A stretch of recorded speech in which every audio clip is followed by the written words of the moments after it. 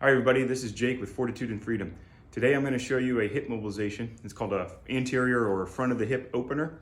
So we're going to do this to stretch out the front of the hip before we do a lot of squatting. So what you'll do is you'll anchor a mobility band to something stable, and you're going to step inside the band. You're going to bring it up high around the back of the thigh, up as close to the hip as you can. Step back, go down to a knee and get some good tension on the band. And what we're doing is we're allowing that band to pull our thigh bone forward to get a stretch in the front of the hip joint. So what you want to do first is you want to make sure your pelvis is in neutral, and you'll do that by tilting your pelvis backwards or tucking your bottom underneath you and keep that engaged.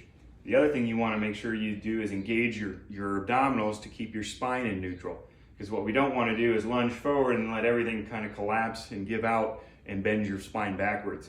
So we want to engage the pelvis, engage the abdominals, keep everything in neutral, and we're lunging forward. Everything moves forward together as one unit, and you're just going to oscillate back and forth to stretch the front of the hip and the top of the quads here, and get some hip flexor stretching.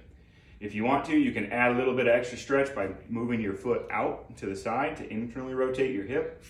You can also lunge forward and then take up a little extra slack by moving your pelvis out to the side, or reaching your arm overhead, or even rotating side to side.